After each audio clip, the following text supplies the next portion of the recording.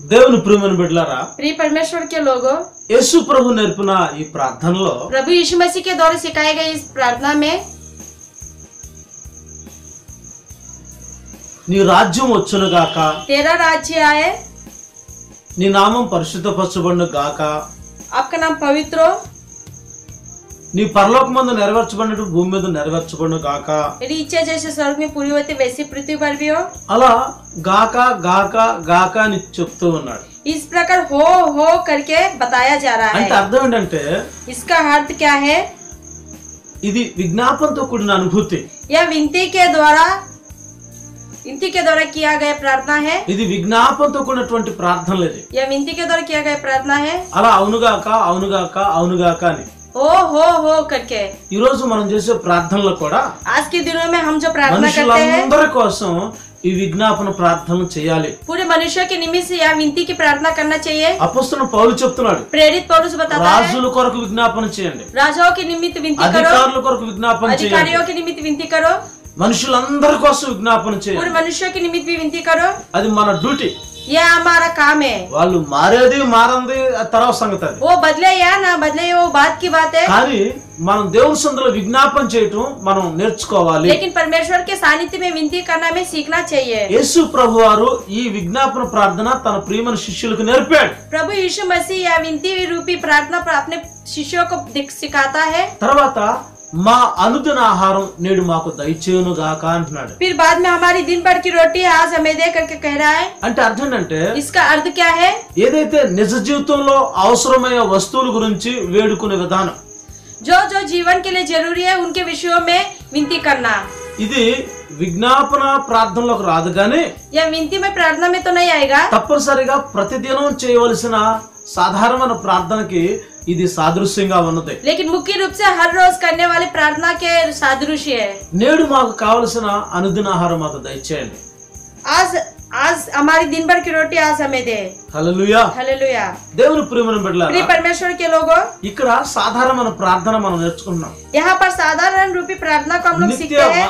నిత్య అవసరాల గురించి వేడుకునే విధానం ఇక్కడ కనబడుతుంది. नित्य जरूरतों के निमित्त మనం ఏం తినాలో ఏం త్రాగాలని చెప్పి దేవుణ్ణి అడుక్కునే విధానం ఇక్కడ కనబడుతూ ఉంది. हमें क्या चाहिए, क्या खाना, क्या पीना चाहिए, इसके विषय में మనం ప్రతిదినం మనం అడగాలి. हर दिन हमें मांगना है। విశేషంగా సేవ చేసే సేవకులు विशेष रूप से सेवा करने वाले सेवक, వారు సేవకి వెళ్ళిన స్థలాల్లో वो सेवा के निमित्त जिस स्थान में जाते हैं, వాళ్ళ గృహాలకి చర్చిలకి అన్నిటికి దూరంగా వెళ్ళిపోతూ ఉంటారు. वो अपने घर और चर्च सबसे दूर हो जाते हैं। వాళ్ళు కూడా ఈ విధంగా వాళ్ళు ఏ ప్రతి ఉదయం లేసి ఈ ప్రార్థన తప్పనిసరిగా చేసుకోవాల్సి వస్తుంది. उन्हें भी इस प्रकार की प्रार्थना हर रोज भोर को सवेरे उठ के करना चाहिए। ఆ దినం ఏ ఆహారం దేవుడు సిద్ధపరచాడో ఆ శ్రేష్టమైన ఆహారం వారికి దొరికేటట్లుగా వాళ్ళు ప్రార్థన చేసుకోవాలి.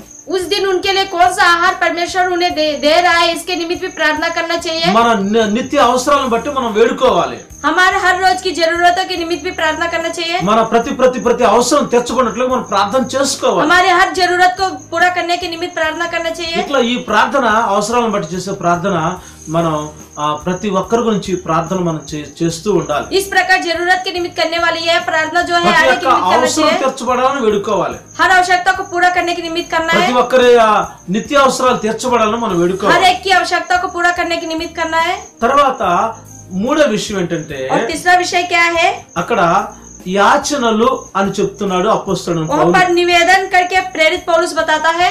యాచన అంటే గోజారటం, బ్రతిమలాడటం అనే అర్థాలు వస్తాయి.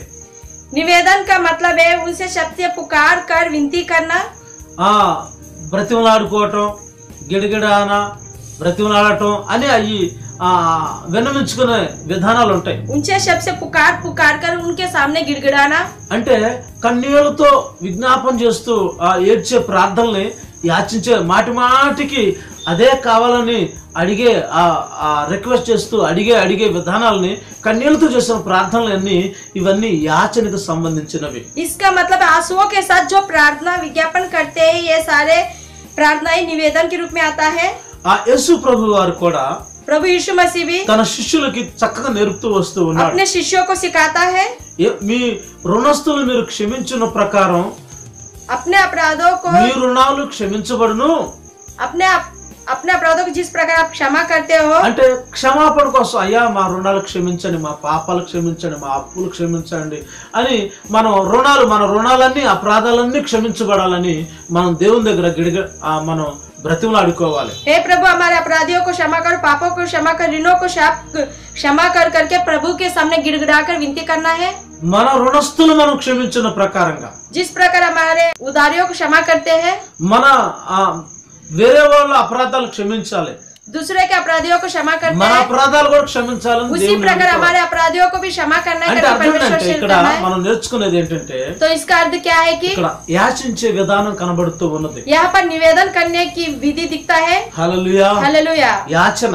निवेदन. యేసు ప్రభు వారు కూడా ఇంకెన్నెన్నో ఉదాహరణలు చెప్పాడు. प्रभु यीशु मसीह भी कई प्रकार के उदाहरण बताता है. ఒక విధవరాలైనటువంటి స్త్రీ వెళ్తుంది, एक विधवा स्त्री जाती है, ఆ అధికారికి అయ్యా నాకు న్యాయం చేసి పెట్టు మాటి మాటికి వచ్చి విసికించల్లా తన పనిని చేయించుకునేది.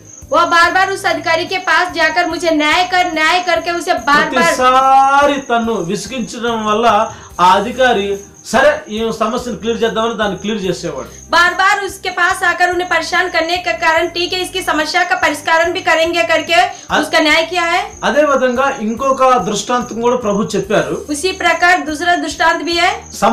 సమయంలో తన స్నేహితుడి ఇంటికి వెళ్తాడు.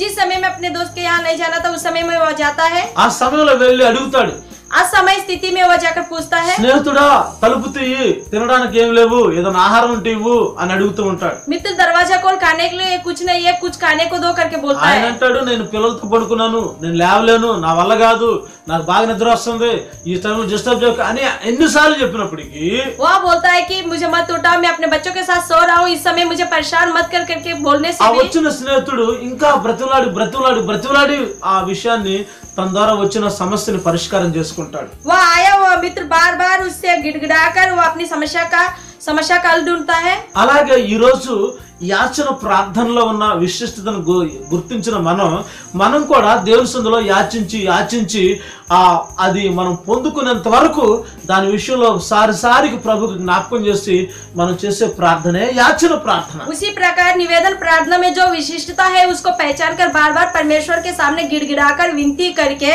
उससे मनवाना ही निवेदन प्रार्थना है. ఈ విషయాన్ని యేసు ప్రభువు తన శిష్యులకు చెప్పాడు, వాళ్ళకి నేర్పించాడు ఇట్లా యాచించాలి అని చెప్పి.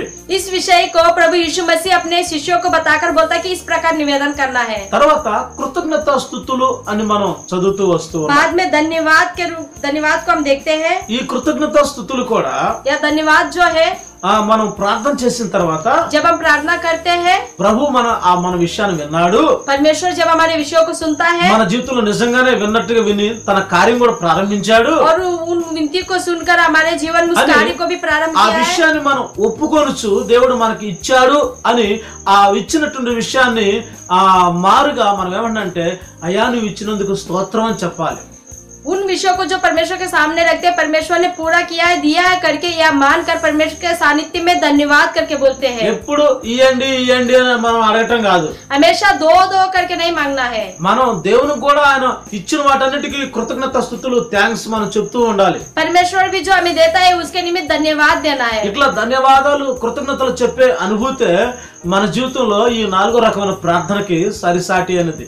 इसी प्रकार धन्यवाद की जो अनुभूति है वही हमारे जीवन में चौथा रूपी प्रार्थना है. కృతజ్ఞతాస్తుతులతో కూడినటువంటి అనుభూతులు మనం చేయాలి. धन्यवाद रूपी अनुभूति में हमें रहना है. అయితే కృతజ్ఞతలు లేకుండా దేవుడు కృతజ్ఞతలు చెల్లించకుండా వాళ్ళు అరణ్యంలో ఆకులు రాలిపోయారు, వాళ్ళ చరిత్రలు ముగించబడ్డాయి. अगर जो परमेश्वर के निमित्त धन्यवाद नहीं देते हैं, वो लोग जिस प्रकार जंगल में झाड़ियों से पत्ते गिरते हैं उसी प्रकार गिरेंगे. ఎన్ని అద్భుతాలు చేసినా, चाहे किसी भी ఎన్ని प्रकार का మహత్కార్యాలు చేసినా, किसी भी प्रकार से कार्य क्यों ना करे, ఆ కార్యాలన్నింటినీ జ్ఞాపకం చేసుకోనుక సారి సణిగి గొణిగి ఆయన్ని ఆత్మను దుఃఖపరిచిన వాళ్ళ గతి అలాగే అయిపోయింది. उन कार्यों को स्मरण ना करके बार बार उन्हें दुखित करने वालों की स्थिति भी ऐसी होता है. కానీ మన జీవితంలో మనకు ఏదైతే మేలు చేస్తున్నాడో ప్రతి చిన్న మేలు కూడా మనం దేవుని సన్నిధిలో దాన్ని బట్టి కృతజ్ఞతాస్తుతులు చెల్లిస్తూ మనం ఆ దేవుని ఆరాధన చేయవలసిన ఆవశ్యకత మనకున్నది. लेकिन हमारे जीवन में परमेश्वर छोटा सा ही कार्य क्यों ना करे, उसके निमित्त धन्यवाद देने की जरूरत है। ఆ విధంగా దేవునికి కృతజ్ఞతాస్తుతులు చెల్లిస్తే इस प्रकार परमेश्वर को धन्यवाद देते हुए మన జీవితంలో ఇంకా ఆశ్చర్య కార్యాలు మన దేవుడు మనకు చేస్తాడు. हमारे जीवन में परमेश्वर और अधिक आश्चर्य कार्य करेगा। ఆయన ఇంకా తన పరాక్రమ గల కార్యములు మన పట్ల చూపిస్తూ ఉంటాడు. वो और कई प्रकार के पराक्रमी कार्य हमारे जीवन में पूरा करेगा। యేసు ప్రభు నేర్పిన ప్రార్థనలో కూడా परमेश्वर के द्वारा सिखाए प्रभु यीशु मसीह की सिखाई गई प्रार्थना में भी మమ్మల్ని శోధనలో పడిపోకుండా దుష్టుని నుంచి మమ్మల్ని తప్పించండి అని అక్కడ ప్రార్థన నేర్పుతూ వచ్చాడు. हमें परीक्षा में ना डालो और दुष्ट से हमारी रक्षा कर करके वहाँ पर प्रार्थना कर रहा है। అక్కడ మూల భాషలో వ్రాయబడిన మాట ఏంటంటే वहाँ पर क्या लिखा, मुख्य रूप से क्या लिखा गया है? శోధనలో పడకుండా దుష్టు నుంచి మమ్మల్ని కాపాడండి అని చెప్తున్న మాటకి మూలవాక్యం ఏముందంటే परीक्षा में ना गिराते हुए दुष्ट से हमारी रक्षा कर। అక్కడ రాజ్యం, బలము, మహిమ, ప్రభావం సమస్తము నీకే అని చెప్పబడుచున్నది. वहाँ पर राज्य, बल, महिमा सब तेरे को ही प्राप्त हो। హల్లెలూయా. हालेलुया। అంటే సమస్తం దేవునికే చెందాలని. इसका हृदय सब कुछ प्रभु को ही प्राप्त हो। రాజ్యం ఆయనదే, राज्य उसी का है, బలము ఆయనదే, पराक्रम भी उसी का है, మహిమ ఆయనదే, महिमा भी उसी का है, సమస్తం ఆయనకే చెందాలి. सब कुछ सदा उसी को मिले। అంటే చివరికి మనం కృతజ్ఞతలు చెప్పే విధానాన్ని యేసు ప్రభు వారు తన శిష్యులకు నేర్పాడు. अंत में धन्यवाद देने की धन्यवाद किस प्रकार देना चाहिए इसके विषय में प्रभु यीशु मसीह अपने शिष्यों को बताता है। హల్లెలూయా. हालेलुया। అంత మాత్రమే కాదు, सिर्फ यही नहीं, యేసు ప్రభు జీవితంలో प्रभु यीशु मसीह के जीवन में भी ఆయన కూడా ఈ 4 రకాల ప్రార్థనని అవలంబించినట్లుగా మనం చూస్తూ ఉన్నాం. वो भी इस 4 प्रकार के प्रार्थना को अपने जीवन में लागू किया। అపోస్తలులందరూ ఈ 4 రకాల ప్రార్థన విధానాలు చేశారు. पूरे प्रेरित भी ये 4 प्रकार के प्रार्थना किए। శిష్యులు చక్కగా యేసు ప్రభు వారి ద్వారా నేర్చుకున్నారు. शिष्य भी प्रभु यीशु मसीह के द्वारा सीखे। నా నరుడిగా వచ్చిన ప్రభు యేసుక్రీస్తు కూడా ఈ 4 రకాల విధానంతో కూడిన ప్రార్థన ఆయన కూడా చేశాడు. मनुष्य के रूप में आने वाला प्रभु यीशु मसीह भी इन 4 प्रकार के प्रार्थना किए हैं। అందుకనే దేవుని దృష్టికి ఆయన అంగీకరించబడ్డాడు అని బైబిల్ చెప్తుంది. इसलिए वह परमेश्वर की दृष्टि में अंगीकार हुआ। ఆయన ప్రార్థనలన్నీ దేవుడు ఆలకిస్తూ వచ్చాడు. उनकी सारी प्रार्थनाएं पिता परमेश्वर ఈ सुनता రోజు रहा। మన ప్రార్థనలు కూడా దేవుడు ఆలకించాలంటే आज के दिन हमारी प्रार्थना भी परमेश्वर सुनना है तो నిశ్చయంగా మనం మన ప్రార్థనలో ఈ 4 రకాల విషయాలు తప్పనిసరిగా వాటిని మనం అవలంబించి అట్టి ప్రార్థనలు మనం దేవునికి చేయవలసిన వారమై तो निश्चय रूप से इन 4 प्रकार के विषयों को हमारे प्रार्थना में शामिल करना है। లూకా సువార్త 22వ అధ్యాయం 42వ వాక్యంలో लूका सुसमाचार 22वां अध्याय యేసు ప్రభు జీవితంలో ఆ యొక్క ఏ విధంగా తను ఈ ప్రార్థనను అవలంబిస్తున్నాడో ఒకసారి మనం చదువుదాం. प्रभु यीशु मसीह के जीवन में इस प्रकार की प्रार्थना किस प्रकार తండ్రి, करते हैं। ఈ గిన్నె నా యొద్ద నుంచి తొలగించు, हे पिता, तू इस कटोरे को मेरे पास से हटा। నీ చిత్తమైతే తొలగించు, तेरी इच्छा हो तो हटा दे, నా ఇష్టం కాదు, लेकिन मेरी इच्छा ना हो, నీ చిత్తమే సిద్ధించును तेरी గాక इच्छा ही पूरी हो। అని ప్రార్థిస్తున్నాడు. या कहकर वो प्रार्थना करता है। యేసు ప్రభు ఎదుట ఒక గిన్నె వచ్చింది. प्रभु यीशु मसीह के सामने कटोरा आता है। అది ఉగ్రత పాత్రతో నిండి ఉన్నది. वो क्रोध से भरा हुआ था। అది మరణ పాత్ర. అది वो मृत्यु का कटोरा है। ప్రభు వారు అడుగుతున్నారు, प्रभु पूछता है, తండ్రి हे पिता, ఈ పాత్ర నా యొద్దను इस తొలగించండి, कटोरे को मेरे पास से हटा, ఈ మరణ పాత్ర నా యొద్దను इस తొలగించండి मृत्यु रूपी कटोरे को हटा। అని అడిగి मांगने पर అది నా ఇష్టం కాదు నాయన, वो मेरी इच्छा ना हो, ఒకవేళ నీ చిత్తం అయితే अगर तेरी इच्छा हो तो అలాగే తొలగించండి, उसी प्रकार हटा, నీ చిత్తమే సిద్ధించును గాక. तेरी इच्छा ही पूरा हो। అంటే యేసు ప్రభు ఖచ్చితంగా అవ్వాలి జరగాలి అని అంటడం లేదు. इसका मतलब है प्रभु यीशु मसीह या होना है करके नहीं बोलता है, నీ చిత్తం అయితే అని చెప్తున్నాడు. तेरी इच्छा हो तो। అంటే దీని అర్థం ఏంటంటే యేసు ప్రభు వారు తండ్రికి విజ్ఞాపన చేస్తూ ఉన్నాడు. इसका अर्थ है प्रभु यीशु मसीह पिता परमेश्वर से विनती करता है, తండ్రి దగ్గర ఒక పిటిషన్ వేస్తున్నాడు, वो पिता से विनती करता है, ఆయన దగ్గర విజ్ఞాపన చేస్తూ ఉన్నాడు. उनसे निवेदन करता है, అయితే తన చిత్తం నెరవేర్చాలని కోరుకోవట్లేదు. लेकिन वो बोलता है कि मेरी इच्छा पूरी ना हो। తండ్రి అయిన దేవుడు ఇష్టమే సిద్ధింపు చేయబడాలని ఆశపడ్డాడు. पिता परमेश्वर की इच्छा ही पूरा हो करके वो आशा रखता ఈ है। రోజు మన జీవితంలో కూడా आज हमारे जीवन में भी విజ్ఞాపన చేసేటప్పుడు विनती करते हुए ఎన్నెన్నో విషయాల గురించి మనం విజ్ఞాపన చేస్తాం, कई प्रकार की विनतियां तो करते हैं, కానీ దేవుని చిత్తమే నెరవేర్చబడును గాక అని మనం గమనించాలి. लेकिन परमेश्वर की इच्छा ही पूरा हो, इसको మనం ध्यान देना है। ఎన్నెన్నో పిటిషన్లు పెడతాం, हम कई प्रकार के विनतियां तो रखते हैं, వాటిలో దేవునికి ఇష్టమైంది దేవుని చిత్తమైన కార్యాలు నెరవేర్చబడాలని మనం ఆశపడాలి। उसमें परमेश्वर की इच्छा के अनुसार ही वह कार्य पूरा करके हमें रखना है। యేసు ప్రభువారు ఇట్టి అనుభూతిని ఆయన కలిగి ఉన్నాడు। प्रभु यीशु मसीह इस प्रकार की अनुभूति को प्राप्त అంటే रखा हुआ है। ఆయన విజ్ఞాపన ప్రార్థన చేశాడు। इसका मतलब है वह विनती करता था। తర్వాత హెబ్రీ పత్రిక 5వ అధ్యాయం 7వ వాక్యం మనం చదివినప్పుడు इब्रानी की पुस्तक 5वां अध्याय 7वें वचन को जब हम देखते हैं ఆయన तो శరీరధారిగా ఉన్న దినాలలో वह शरीर रूपी మహారోదనతోను కన్నీళ్లతోను वह आंसुओं के साथ తను మరణం నుంచి తప్పించగల వానికి రక్షించగల వానికి ప్రార్థన చేయొచ్చు। अपने आप को मृत्यु से बचाने वाले से प्रार्थना करते हुए ప్రార్థనలను యాచనలను సమర్పించుచు యాచనలు కూడా చేస్తూ याचना भी निवेदन भी करते हुए ఆయన తను తాను సమర్పించుకొని భయభక్తులు కలిగి ఉన్నందున ఆయన అంగీకరించబడినని బైబిల్ చెప్తుంది। अपने आप को समर्पित करके भयभक्ति के साथ रहने के कारण उनकी विनती को स्वीकार किया गया है। అంటే యేసు ప్రభు మహారోదన చేశాడు, इसका मतलब है प्रभु यीशु मसीह गिड़गिड़ाकर पूछता है, కన్నీళ్లతో వేడుకున్నాడు। आंसुओं के साथ అట్లా మహారోదన కన్నీళ్లు ఇవన్నీ యాచనతో కూడిన ప్రార్థన కింద వస్తూ ఉన్నాయి। इस प्रकार पुकार पुकार कर गिड़गिड़ाकर आंसुओं के साथ करने वाला जो प्रार्थना है निवेदन में आता है। ప్రార్థనలు ప్లస్ ఆయన యాచనలు రెండు కలిపి చేస్తూ ఉన్నాడు। प्रार्थना और निवेदन दोनों मिला के वह करता है। రోదిస్తున్నాడు తండ్రి సన్నిధిలో। वह रोता है। ఆయన ఎలా రోధించాడంటే वो किस प्रकार गिड़गिड़ाता है? ఆయన చెమట రక్తంగా మారుతూ వస్తూ ఉన్నది। उनका जो पसीना है लहू के रूप में बदलता है। స్వేద బిందువులే రక్తమయంగా మార్చబడ్డాయి। उसका जो पसीना है वो लहू के रूप में అంత बदलता है। ఆతురంగా భయపడి ఆయన రోదనతో కన్నీళ్లతో ఏడుస్తూ వస్తూ इस ఉన్నాడు। प्रकार वह पुकार कर गिड़गिड़ाकर आंसुओं के साथ रोता है। హల్లెలూయా। हालेलुया। ఈ రోజు మన జీవిత చరిత్రలో కూడా आज हमारे जीवन के चरित्र में भी ఇట్లా రోదనతో కూడిన ప్రార్థన, इस प्रकार गिड़गिड़ाकर करने కన్నీళ్లతో की చేసే ప్రార్థన, आंसुओं के साथ करने की विनती, ఈ ప్రార్థన మనం చేయాలి। इस प्रकार की प्रार्थना हमें चाहिए। ఇది యాచన ప్రార్థనలోకి వస్తుంది। यह जो प्रार्थना है निवेदन में आता है। చాలా మందికి ఇట్లా యాచించడం అసలు ఇష్టమే ఉండదు। कई लोगों को इस प्रकार దేవుడికి అన్ని తెలుసులే, प्रभु तो सब कुछ जानता है, ఆయన మనకి ఏది కావాలంటే అది ఇచ్చేస్తాడు हमें जो चाहिए वो हमें देगा। అని చాలా నిర్లక్ష్య వైఖరిని కనబరుస్తూ ఉంటారు। इस प्रकार वो लोग अपनी प्रार्थना में सावधानी नहीं दिखाते हैं। వారు ఎప్పుడు కన్నీళ్లతో ప్రార్థన, ఏడ్చే ప్రార్థన వాళ్ళకి అసలు చేతగానే చేత కాదు। आंसू के साथ प्रार्थना करना उन्हें आता है नहीं। అయితే దేవునికి ప్రియమైన ప్రార్థన పరులు ఎవరైనా సరే लेकिन परमेश्वर के जो प्रिय प्रार्थनामय है ఆ యేసు ప్రభు వలె రోదంతో కూడిన కన్నీళ్లతో కూడిన ప్రార్థన చేయాలి। प्रभु यीशु मसीह के माफिक रोते हुए आंसुओं के साथ गिड़गिड़ाकर प्रार्थना करना चाहिए। యాచన ప్రార్థన జరిగించాలి। निवेदन प्रार्थना जरूरी है। యాచన ప్రార్థన చాలా బలమైంది। निवेदन प्रार्थना में बहुत बल रहता है। చంటి బిడ్డలు యాచించిన ఆ యాచన ప్రార్థన కూడా వెంట వచ్చాడు దేవుడు। छोटे बच्चे जो निवेदन करते उस निवेदन को भी सुनता है। ఇష్మాయేల్ యొక్క యాచన ప్రార్థన, ఏడుపు ప్రార్థన దేవుడు విన్నాడు।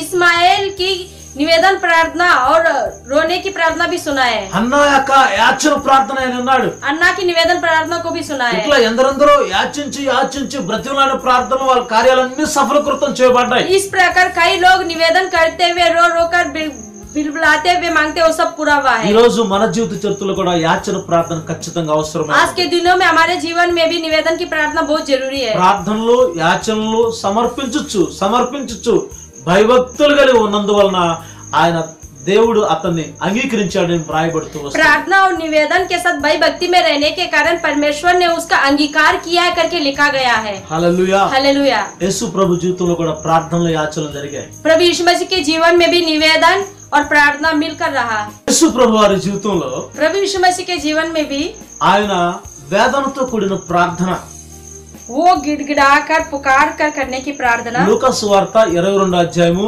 44వ వాక్యం మనం చదివినప్పుడు लूका सुसमाचार 22वां अध्याय ఆయన వేదన పడి మరింత ఆతురంగా ప్రార్థన చేయగా ఆయన చెమట నేల పడిన గొప్ప రక్త బిందువు వలె ఆయను అని వ్రాయబడుచు ఉన్నది। वह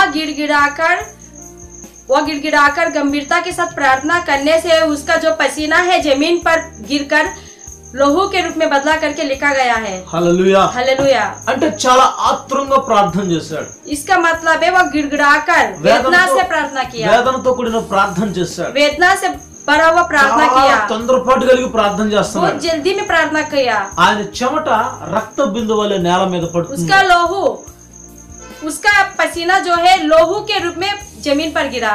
హల్లెలూయా. हालेलुया। అంటే యాచన ప్రార్థనలో ఇట్టి అనుభూతి ప్రభువారు కలిగి అనుభవించి ఉన్నారు. इसका हृदय निवेदन की प्रार्थना में प्रभु ने इस प्रकार की अनुभूति प्राप्त किया हुआ है। యేసు ప్రభువారు प्रभु यीशु मसीह भी యాచనలు జరిగించారు. निवेदन करता है, మనుషులందరి కోసం యాచించాడు. पूरे मनुष्यों के निमित्त निवेदन करता है, ఆయన పాపుల కోసం वो యాచించాడు. पापियों के निमित्त निवेदन करता है, తన మరణం ఆ గెత్సేమనే వనంలో ముగించకూడదని యాచించాడు. अपना मृत्यु सिर्फ वो गेसमेन नामक गेसमेन में ही नहीं होना चाहिए करके निवेदन करता है। ఆయన గొల్గొతా కొండ మీద ఆఖరి రక్తబొట్టు చిందించబడేంత వరకు కొంత సమయం ఇవ్వమని దేవుణ్ణి యాచించాడు. वो उस गोलगोथ पहाड़ में भी अपना लहू का आखिरी बूंद गिरने तक भी वो निवेदन करता है, ఆయన యాచిస్తూ ఉన్నాడు. वो निवेदन करता रहता है। హల్లెలూయా. हालेलुया। ఈ రోజు మన జీవిత చరిత్రలో కూడా आज हमारे जीवन चरित्र में भी ప్రార్థన అని చేస్తున్న మన జీవితంలో యాచన ప్రార్థన మనకు చాలా అవసరమైనది. प्रार्थना करने वाला हमारे जीवन में निवेदन बहुत जरूरी है। తర్వాత కృతజ్ఞతాస్తుతులు చెల్లించాలని ఖండితంగా హెచ్చరిస్తూ बाद ఉన్నాడు में పౌలు. धन्यवाद देना है करके पौलुस बताता है। అయితే యేసు ప్రభు వారి జీవితంలో కూడా तो प्रभु यीशु मसीह के जीवन में भी ఆయన ఎన్నెన్నో సమయాల్లో దేవునికి కృతజ్ఞతాస్తుతులు చెల్లించినట్లు మనం वह చూస్తాం. कई समयों में परमेश्वर को धन्यवाद देता है। యోహాను సువార్త 6:11 వాక్యంలో यूहन्ना कहते हैं 11वें वचन में जब हम लोग देखते हैं तो యేసు ప్రభు ఆ రొట్టెలు పట్టుకొని प्रभु यीशु मसीह उन रोटियों को पकड़ के కృతజ్ఞతాస్తుతులు చెల్లించి धन्यवाद देते हुए వారికి వడ్డించెను. वह उनको बांटता है। అలాగే చేపలను కూడా ఆయన వారికి ఇష్టమైనంత వరకే వడ్డిస్తా వచ్చారు. उसी प्रकार वे मछलियों को भी जितना वे चाहते थे उनमें बांटता है। యేసు ప్రభు ఆయన ఆ రొట్టెలు పట్టుకొని కృతజ్ఞతాస్తుతులు చెల్లించినట్లుగా ఉంది. प्रभु यीशु मसीह उन रोटियों को पकड़कर धन्यवाद देता है। హల్లెలూయా. हालेलुया। ఇంకా ఆ యోహాను సువార్త 11:41 వాక్యంలో యేసు కన్నులు పైకెత్తి यूहन्ना 11वां अध्याय 41 में जब हम देखते हैं तो ఆయన యేసు కన్నులు పైకెత్తి प्रभु यीशु अपने आंखें ऊपर उठाकर తండ్రి నా మనవి అంగీకరించినందుకు నీకు కృతజ్ఞతాస్తుతులు అని చెప్పి ఆయన తండ్రిని మహింపరచినట్లు మనం हे చూస్తున్నాం. पिता, हमारी विनती को स्वीकार करने के लिए तुझे बहुत बहुत धन्यवाद। ఆ లాజర్ సమాధి దగ్గర ఆయన కృతజ్ఞతాస్తుతులు చెల్లించాడు. लाजर की समाधि में भी वह धन्यवाद देता है। ఎక్కడైతే ఆశ్చర్యకర అద్భుతాలు చేస్తూ ఉన్నాడో అక్కడ మొదట కృతజ్ఞతాస్తుతులు చెల్లించాడు.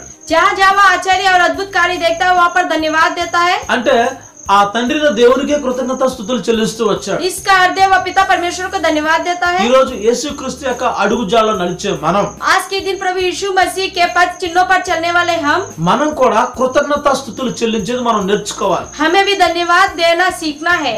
ఆ యేసు ప్రభు ప్రతి విషయంలో కృతజ్ఞతాస్తుతులు చెల్లిస్తూ వచ్చాడు. प्रभु यीशु मसीह हर एक विषय में धन्यवाद देता है। ఆయన కృతజ్ఞతాస్తుతులు చెల్లించాడు. ఆ ప్రకారంగా తండ్రికి ప్రియమైన హోమధూపంగా ఆయన అర్పించే ప్రార్థనలన్నీ అంగీకరించబడ్డాయి. वह हर एक विषय में धन्यवाद देता रहा। उसी प्रकार पिता के सानिध्य में प्रिय धूप के रूप में वह अंगीकार हुआ। దేవుని ప్రియమైన प्रिय బిడ్డలారా, परमेश्वर के लोगों, పాత నిబంధన గ్రంథంలో पुराने नियम में జటామాంసి, గోపీచందనం, గంధపు చెక్క, స్వచ్ఛమైన సాంబ్రాన్ని ఏ విధంగా వినియోగిస్తూ వచ్చారో बोल नकी, कुंदू और शुद्ध लोबान को जिस प्रकार इस्तेमाल किया, ఆ యొక్క సుగంధ సంభారాలతో సమసాటి అనేటువంటి ప్రార్థన ఈ రోజు మనం కూడా చేస్తూ ఉన్నాం. ये सुगंध द्रव्य के रूप में प्रतिरूपमय प्रार्थना को भी आज के दिनों में हम लोग को करना है। మనం మన జీవితంలో విజ్ఞాపన, ప్రార్థనలు, యాచనలు, తర్వాత కృతజ్ఞత స్తుతులు మనం కూడా చెల్లింపబద్ధులమై ఉన్నాం. हमारे जीवन में भी विनती, प्रार्थना, निवेदन और धन्यवाद के साथ करना चाहिए। యేసు ప్రభు నేర్పిన ప్రార్థనలో ఈ 4 ఉన్నాయి. प्रभु यीशु मसीह के द्वारा सिखाई गई प्रार्थना में 4 विषय है। అపోస్తలులు అవలంబించిన ఆ యొక్క సంపూర్ణ భక్తి, మానవత, సుఖం, నెమ్మదిగా బ్రతికేటట్లు వారు ఏ విధంగా ప్రార్థన నేర్చుకున్నారో ఆ విషయాన్ని కూడా మనం గమనించాలి. प्रेरित लोग भी जिस प्रकार से संपूर्ण भक्ति, चयन, विश्राम के साथ ये सब किया है उसको भी ध्यान देना है। వారు కూడా ఆ దేవుని సన్నిధిలో విజ్ఞాపనలు, ప్రార్థనలు, యాచనలు, తర్వాత కృతజ్ఞత స్తుతులు వాళ్ళు కూడా చెల్లించినట్లు वे भी परमेश्वर के सानिध्य में विनती, प्रार्थना, निवेदन और धन्यवाद के साथ किया। యేసు ప్రభు వారి జీవితంలో కూడా, వ్యక్తిగత జీవితంలో కూడా ఈ 4 విషయాలు తీసుకొని వచ్చి ఆయన తండ్రికి ప్రార్థన చేస్తూ వచ్చాడు. प्रभु यीशु मसीह के व्यक्तिगत जीवन में भी इन 4 विषयों को लाकर पिता परमेश्वर से विनती की, प्रार्थना किया।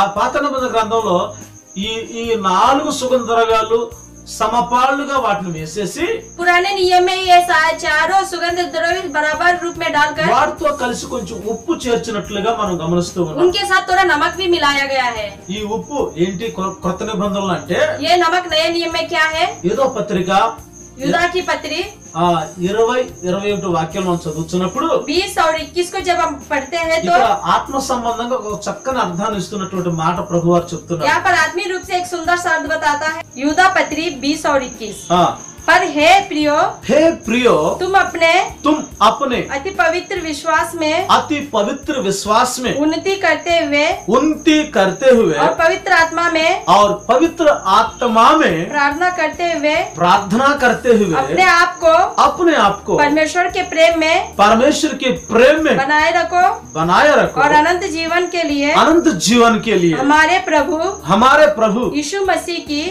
मसीह की दया की बाट जोते रहो హల్లెలూయా हालेलुया। ప్రియమైనటువంటి దేవుని బిడ్డలారా, प्रिय परमेश्वर के लोगों, మనం విశ్వసించే అతి పరిశుద్ధమైన దాని మీద మనల్ని మనం కట్టుకొనొచ్చు. हमें अपने आप को अति पवित्र स्थान पर बनाते हुए పరిశుద్ధాత్మలో ప్రార్థన చేయొచ్చు అని ప్రత్యేకంగా ఈ మాట ఉపయోగిస్తూ వచ్చాడు. पवित्र आत्मा में प्रार्थना करना है करके प्रत्यक्ष रूप से इस बात को उपयोग किया गया ఈ है। 4 రకాల ప్రార్థన వేరు, या 4 प्रकार की प्रार्थना जो है अलग है। ఇవన్నీ మన మనసుతో చేసే ప్రార్థనలే. ये सब अपने मन के द्वारा करने वाला प्रार्थना है। అయితే ఆత్మతో కూడా చేసే ప్రార్థన ఇక్కడ స్పష్టం చేస్తూ ఉన్నాడు. लेकिन आत्मा के द्वारा करना भी प्रार्थना जरूरी है। ఈ యోధా భక్తుడు या योद्धा भक्त పరిశుద్ధాత్మతో ప్రార్థన చేయమన్నాడు. पवित्र आत्मा के साथ प्रार्थना करने के लिए बोलता है। పరిశుద్ధాత్మతో ప్రార్థన చేసేది దాంట్లో అప్పుడు అది ఇంకా తండ్రికి ప్రియమైన హోమధూపంగా మార్చబడుతుంది. पवित्र आत्मा के साथ प्रार्थना करना पिता परमेश्वर के लिए सुगंध द्रव्य के रूप में बदलेगा। నిత్య జీవార్థమైన మన ప్రభువైన యేసుక్రీస్తు కనికరం మనం పొందుకున్నట్లుగా जीवमय प्रभु यीशु मसीह की दया हम प्राप्त करें। ఆయన రాకడ కోసం ప్రేమతో ఆశించి ఎదురు చూసే మన జీవితాల్లో उसके आगमन के लिए राह देखने वाले हमारे जीवन में నిశ్చయంగా పరిశుద్ధాత్మతో కూడిన ప్రార్థన కూడా మనం చేయాలి. निश्चय रूप से पवित्र आत्मा के द्वारा प्राप्त किए प्रार्थना को हमें करना है। ఇట్లా ఈ ప్రార్థనలో అన్ని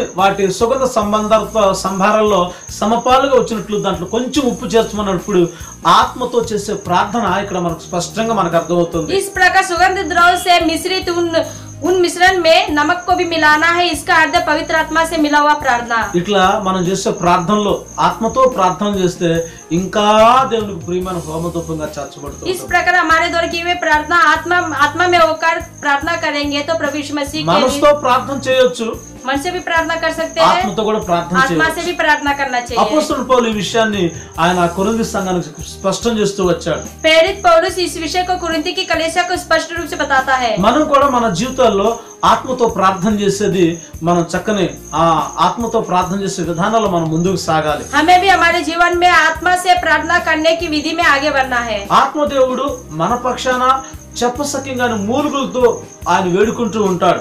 आत्मीय प्रभु हमारे पक्ष में निवेदन करता है। ఆయన చెప్పసక్యంగా మూలుగులతో మన పక్షంగా ఆయన వేడుకుంటా ఉంటాడు. वो हमारे पक्ष में मांगता है। అందుకని మనం దేవుని ఆత్మకి అవకాశం ఇవ్వాలి. इसलिए परमेश्वर की आत्मा को हमें మన మనసుతో ప్రార్థన చేయటమే కాదు కానీ अपने मन से प्रार्थना नहीं करना है। పరిశుద్ధాత్మతో కూడా మనం ప్రార్థన చేసే విధానానికి ఆత్మదేవునికి మనం అవకాశం ఇవ్వాల్సిన ఆవశ్యకత మనకి ఎంతైనా ఉన్నది. पवित्र आत्मा के साथ प्रार्थना करना भी आत्मीय परमेश्वर को అతి పరిశుద్ధమైన దాని మీద కట్టుచున్న మనం अति पवित्र स्थान पर बनाने वाले हम అట్లా ఆత్మదేవునికి అవకాశం ఇచ్చి ఆ రాకడికి మనం సంపూర్ణ సిద్ధపరచబడదాం. आत्मीय परमेश्वर के द्वारा आने वाले उस आगमन के निमित्त हमें तैयार होना है। ఈ విధంగా ప్రార్థనలో ఉన్నటువంటి మహాత్యాన్ని మనం గుర్తెరిగి इस प्रकार प्रार्थना में रहने वाले ఈ 4 రకాల ప్రార్థన మనం గుర్తెరిగి इस प्रकार 4 प्रकार प्रार्थनाओं को जानकर మన జీవితంలో దాటిని నిశ్చయంగా వాటిని సమపాలుగా ఏది ఎక్కువ కాకూడదు. हमारे जीवन में सब समान रूप से విజ్ఞాపనలు ఎక్కువ కాకూడదు, विनती भी अधिक नहीं होना चाहिए, प्रार्थना भी अधिक नहीं होना चाहिए, निवेदन भी अधिक नहीं होना चाहिए, धन्यवाद भी अधिक नहीं होना चाहिए। సమపాలులో వాటిని మిశ్రితం చేయాలి. सबको बराबर मिश्रण करना है। ఆ సమపాల్లో మిశ్రితం చేసినటువంటి ఆ ప్రార్థనలో बराबर मिश्रित किए हुए उस प्रार्थना को దాంతో చేర్చబడి ఉప్పును బట్టి उनसे मिलाया हुआ नमक को దేవుని సన్నిధికి ప్రియమైన హోమధూపంగా మార్చబడుతుంది. ఈ 4 రకాల ప్రార్థన మనం చేసి ये 4 प्रकार के प्रार्थना करते हुए మన ప్రార్థనలో పటుత్వాన్ని పెంచుకొని हमारी प्रार्थना को बल देते हुए ఆయన ప్రియమైన హోమధూపంగా మనం చేర్చి उनके प्रिय द्रव्य के रूप में बदलकर ఆ పాత నిబంధనలో ఉన్న సాదృశ్యాన్ని पुराने नियम में जो सादृश्य के ఆ रूप में है, కొత్త నిబంధనలో ఉన్నటువంటి ఆ సత్యాన్ని नए नियम में जो सत्य है, ఆ విధంగా మనం ప్రార్థన చేద్దాం. इस प्रकार हमें प्रार्थना करना चाहिए మన ప్రార్థనలు ఇంకా మనం బలపరచబడుతుంది. और हमारी प्रार्थना में और अधिक फल प्राप्त करें. దేవుని కృప మనకు తోడుగా ఉండి ఆ విధంగా నడిపించును గాక. प्रभु की दया और कृपा हमारे साथ रहकर हमें उस प्रकार चलाए.